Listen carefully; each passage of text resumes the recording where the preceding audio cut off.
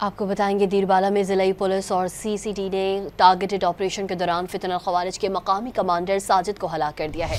मजीद जानते हैं don news के नुमाइंदे जाहिद इमदाद से रब्ता करने की कोशिश करेंगे। आपको अपडेट कर रहे हैं दीरबाला में पुलिस और सीसीटी ने कार्रवाई की है। ऑपरेशन के दौरान फितनल खवारिज का मकामी कमांडर साजिद हलाक कर दिया गया है। साजिद पर पुलिस और सिक्योरिटी फोर्सेस के खिलाफ हमलों में मुलव्वस होने का इल्ज़ाम था। अहम खबर आपको दे रहे हैं, दीरबाला में ज़िला पुलिस और सीटीडी ने टारगेटेड ऑपरेशन के दौरान फितनल खारिज के मकामी कमांडर साजिद को हलाक कर दिया है। दीरबाला में पुलिस और सीटीडी ने कार्रवाई की है। ऑपरेशन के दौरान फितनल खारिज का मकामी कमांडर साजिद हलाक हो गया है। अहम खबर आपको दे रहे हैं, साजिद पुलिस और सिक्योरिटी फोर्सेस के खिलाफ हमलों में मुलव्वस होने का इल्ज़ाम है।